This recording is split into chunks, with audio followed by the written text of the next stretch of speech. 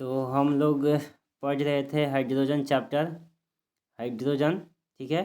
Class 11th chapter number 9 है और ये भाग कितना है, ये जो है भाग 3 है, ठीक है।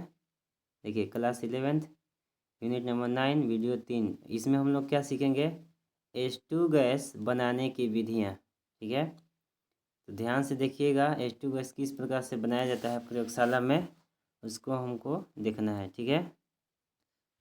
तो यहाँ पर जो है ध्यान दीजिएगा क्या लिखा हुआ है कि H2 की प्रयोगशाला में विधि, मतलब हाइड्रोजन गैस बनाने की विधि। क्या लिखा हुआ है यहाँ पर, ध्यान से पढ़िएगा। लिखा हुआ है कि दानेदार जेड यानी जिंक पर तनु H2SO4 की क्रिया कराने पर H2 गैस प्राप्त होती है, ठीक है। ये पहला लाइन हम लोगों ने पढ़ चुके थे पहले ही।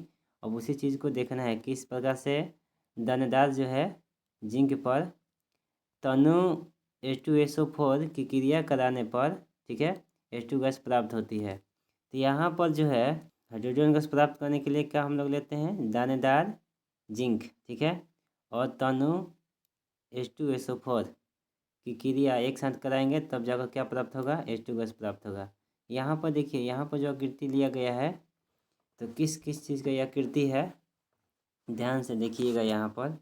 तो यहाँ पर सबसे पहले क्रिया हम समझते हैं कि जेडन जो है, देखिए जेडन H2SO4 के साथ यानी कि तनु होना चाहिए, जिसको इंग्लिश में डाइल्यूट बोलते हैं, शॉर्टकट में DIL लिखते हैं, ठीक है। तो यहाँ से देखिए बताए थे कि जेडन जो है H2 को हटाकर खुद स्थान ले लेता है यहाँ पर।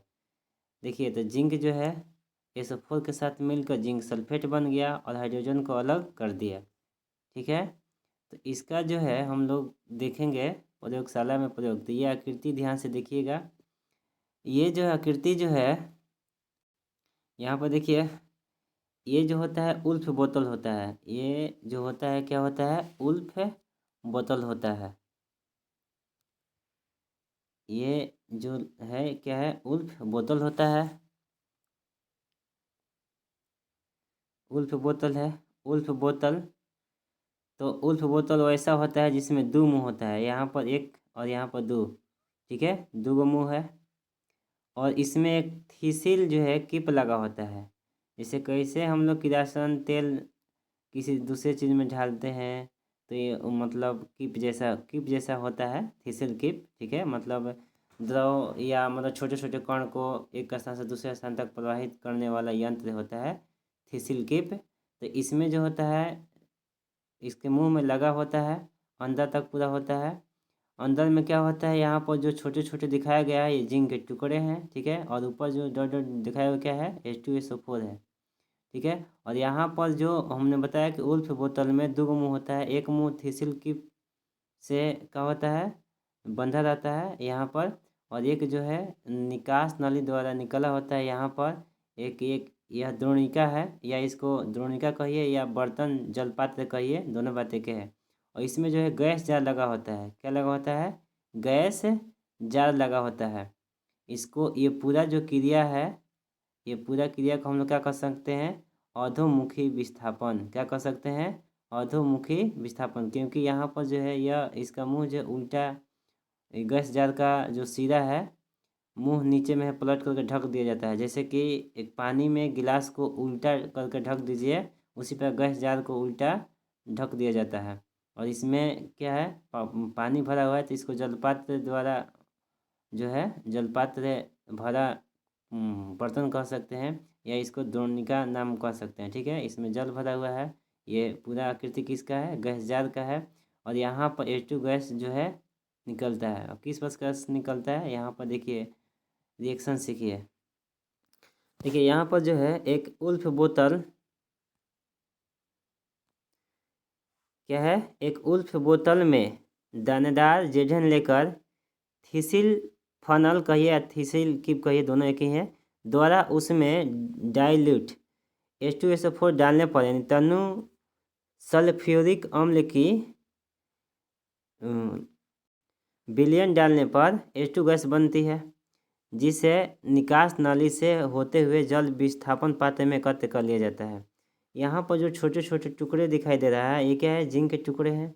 और इसमें इथिसिल किप द्वारा क्या डाला जाता है, ऐसे यहाँ पर जो डाला हुआ है इस किप द्वारा क्या डाला जाता है, तो डाइल्यूट H2SO4 जब ये डाला जाता है तो रिएक्शन करके इस निकास नली द्वारा जो हाइड्रोजन गैस होता है निकास नली द्वारा यहाँ पर जो है इस प्रकार से इस पात्र में आता है। यहाँ पे कहीं भरा हुआ जल से भरा हुआ एक पात्र रखा जाता है जिसके अंदर में एक गैस जार होता है जो उल्टा उसको वहाँ पर रख दिया जाता है। तो इसमें ये पूरा पानी से भरा होता है, ये पूरा जो होता है गैस जार भी पूरा पानी से भरा होता है।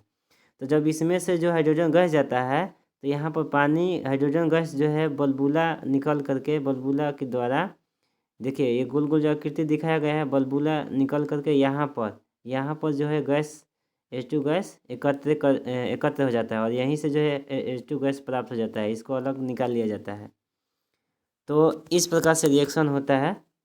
यहाँ पर दिखाया गया रिएक्शन में कि Zn जो है H2SO4 मतलब जिंक के टुकड़े में जब सल्फ्यूरिक अम्ल का विलयन जो डाला जाता है इसमें, तो ये इस निकास नली द्वारा ठीक है हाइड्रोजन गैस जाता है इस पात्र में यानी द्रोणिका में, ठीक है, द्रोणिका कहिए या जलपात्र कहिए, दोनों बात एक है। तो इस पात्र में जाता है और यहाँ पर गैस जार जो है पहले से उल्टा कर रख दिया जाता है ताकि हाइड्रोजन गैस जो है ऊपर की ओर बलबूला छोड़ते हुए जाए। जिस प्रकार से कैसे हम लोग पानी में भरा हुआ बाल्टी में गिलास जो है डुबाते हैं उल्टा करके तो बुलबुला कैसे छूटता है, उसी प्रकार से हाइड्रोजन गैस जो है बुलबुला के रूप में ऊपर की ओर जाता है और यहाँ पर एकत्र हो जाता है, तो यहाँ से अलग कर लिया जाता है। ठीक है।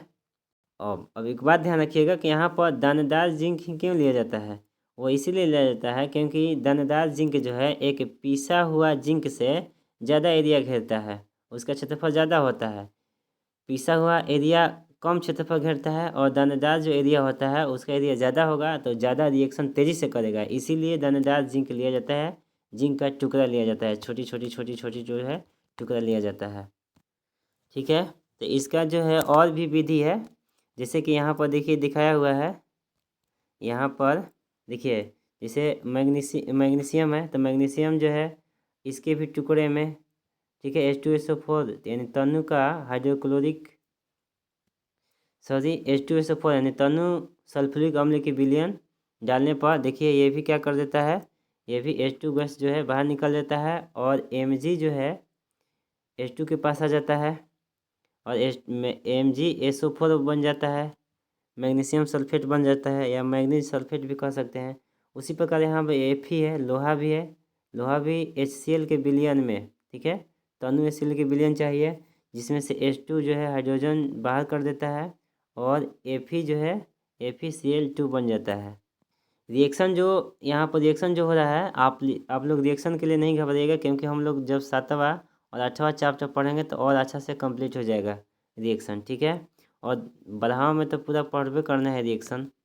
यहाँ पर देखिए दूसरा नंबर में है व्यापारिक उत्पादन किस प्रकार से होता है। देखिए यहाँ पहला नंबर क्या है, जल के विद्युत अपघटन द्वारा। तो जल का विद्युत अपघटन द्वारा भी हाइड्रोजन गैस प्राप्त कर लिया जाता है। जैसे H2O है, H2O कैसे टूटता है, H2O जो है किस प्रकार से टूटता है, तो H+O- के रूप में टूट जाता है। तो यहाँ पर देखिए H2O जो है H+ और OH- के रूप में क्या हो जाता है, टूट जाता है। तो यहाँ पर 4 H2O का अणु लिया गया है, ठीक है। तो इसमें विद्युत अपघटन करने पर 4H+ और 4 OH- में क्या हो जाता है, टूट जाता है। यहाँ पर देखिए दिखाया हुआ है कि जो OH- है, आप बताइए ये माइनस है तो ये प्लस की ओर आकर्षित होगा और प्लस जो है माइनस की ओर आकर्षित होगा। यानी कि देखिए एनोड पर कौन सा आकर्षित होगा, एनोड का मतलब होता है +16 भाग, तो +16 भाग पर कौन सा आकर्षित होगा, 4OH- और कैथोड पर कौन सा आकर्षित होगा यहाँ पर, तो +16 भाग, चूँकि कैथोड वाला क्या होता है -16 भाग होता है। तो यहाँ पर 4H- जो है 4H+ जो है कैथोड पर क्या हो जाएगा, आकर्षित होगा। अब यहाँ देखिए किस प्रकार से टूटता है, 4OH- जो है जैसे में आप लोग देखे होंगे कि मान के चलिए कि यहाँ पर H+ है, क्या है H+ है। और बताइए जब H+ है और एक इलेक्ट्रॉन ये ग्रहण करेगा, क्या करेगा, एक इलेक्ट्रॉन ग्रहण करेगा तो क्या बनेगा बताइए, क्या होगा, H छूटा बनेगा कि नहीं बनेगा। तो यहाँ पर एक भाग समझिए कि जब 4 भाग यहाँ पर क्या है, हाइड्रो H प्लस है 4H प्लस, तो 4 इलेक्ट्रॉन ग्रहण करेगा तो क्या बनेगा, 4 गो H बनेगा कि ना बनेगा। तो यहाँ पर 2H2 के रूप में हाइड्रोजन गैस प्राप्त हो जाएगा। ठीक है, संख्या जो लिखा होता है ये संतुलित रखने के लिए लिखा जाता है, ध्यान रखिएगा।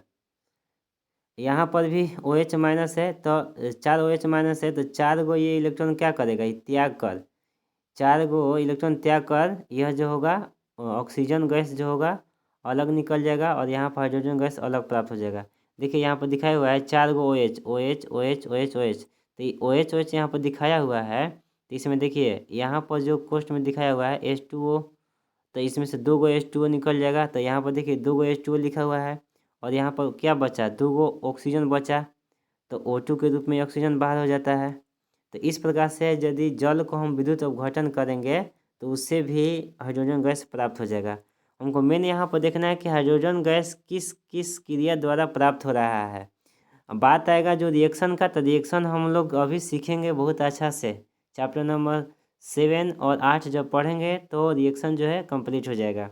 यहाँ पर आपको हाइड्रोजन गैस प्राप्त करने की जो विधियाँ हैं ये बताया जा रहा है कि किस प्रकार से प्राप्त किया जाता है। तो पहला विधि हम लोगों ने यहाँ पर देखा, हम लोगों ने यहाँ पर पहला विधि की तनु सल्फ्यूरिक अम्ल जो है H2 के जिससे जेजेन है जिंक के साथ में अभिक्रिया करके हाइड्रोजन गैस प्राप्त होता है। दूसरा यहाँ व्यापारिक विधि हम लोगों ने देखा कि जल के विद्युत अपघटन द्वारा भी प्राप्त किया जा सकता है हाइड्रोजन गैस। यहाँ पर दूसरा है कि देखिए धातु की जलवाष्प से क्रिया द्वारा भी प्राप्त हो जाएगा।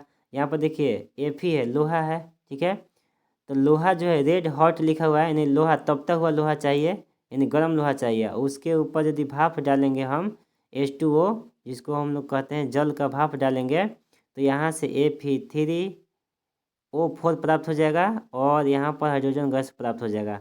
यहाँ पर जो संख्या लिखा जाता है 4 4 3, ये संतुलित करने के लिए लिखा जाता है, ध्यान रखिएगा, बराबर भाग में। तो यहाँ पर देखिए एल्यूमिना प्राप्त हो जाता है, नहीं एल्यूमिना नहीं है, Fe3O4 है, फेरिक ऑक्साइड इसको बोल सकते हैं हम लोग। एल्यूमिना का होता है Fe2O3 हो जाता है। तो यहाँ मेन आपको क्या समझना है कि धातु की जलवाष्प से क्रिया, तो यहाँ पर देखिए जलवाष्प और ये क्या है, Fe धातु है, तो उसके साथ क्रिया कराने पर भी हाइड्रोजन गैस प्राप्त हुआ। मैंने अपने ही देखना है आपको।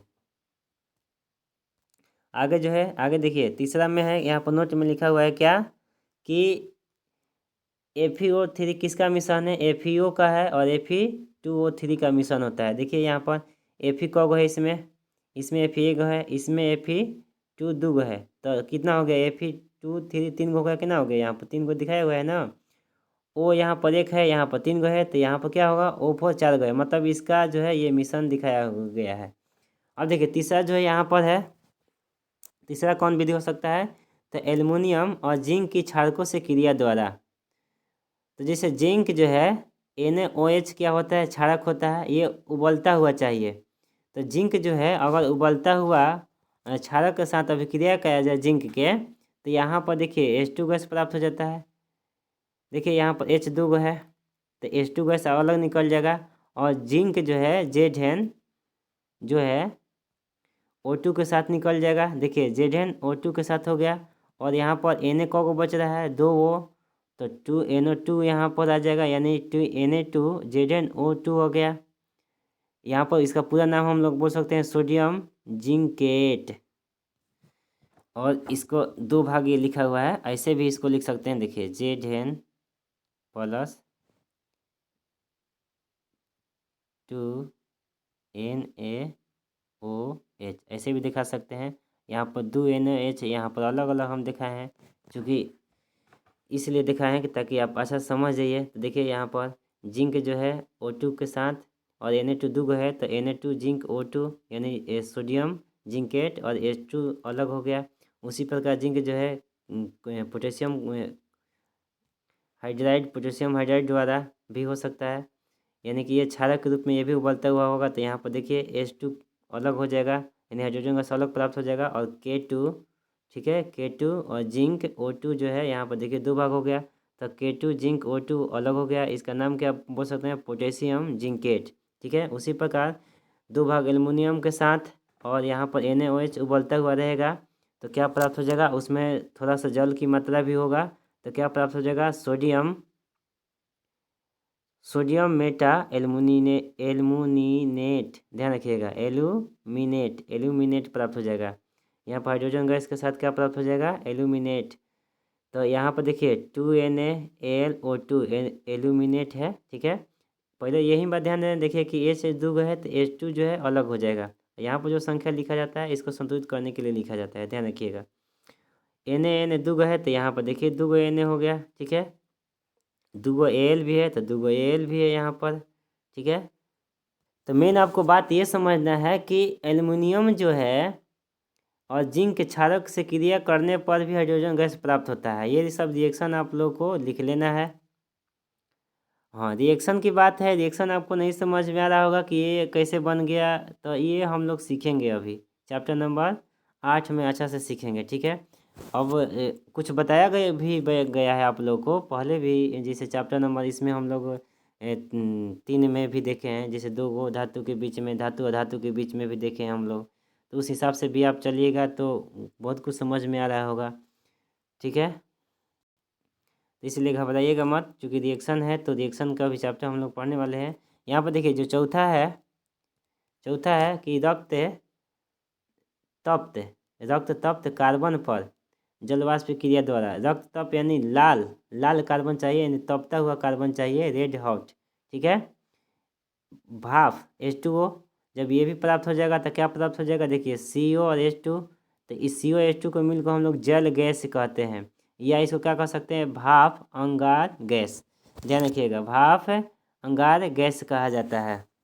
ठीक है, और अगर भाप अंगार गैस में क्या किया जाता है यहाँ पर कि भाप अंगार गैस, देखिए H2CO में H2O जलवाष्प और मिला देंगे तो यहाँ पर यदि 500 डिग्री सेल्सियस पर और Fe2O3 Cr2O3 यहाँ पर जो दिया हुआ है, ये उत्प्रेरक के रूप में काम करता है। उत्प्रेरक आप लोग 10वां में पढ़े होंगे, नहीं पढ़े होंगे तो आगे हम लोग को पढ़ना है 12वां क्लास में। तो उत्प्रेरक के रूप में काम करता है। उत्प्रेरक कहने का मतलब होता है कि कोई टीचर जिसे होता है तो बच्चों को उत्प्रेरक के लिए काम करता है, उत्प्रेरित करता है। ठीक है, बच्चों को जब कुछ बात बताता है कि ये करना चाहिए, ऐसा करना चाहिए, तो बच्चा अंदर से उत्प्रेरित हो जाता है।